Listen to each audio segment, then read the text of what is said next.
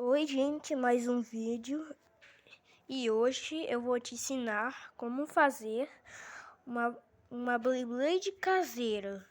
Primeiro vocês vão ter que pegar um detergente, uma garrafinha de detergente.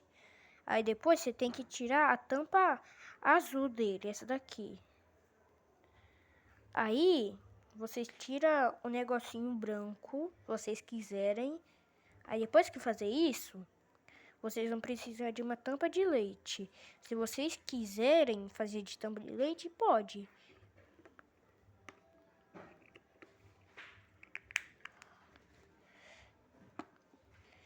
Se vocês quiserem, gente, vocês podem colocar uma moeda, 10 centavos, ou tipo uma arruela, se vocês quiserem, tá?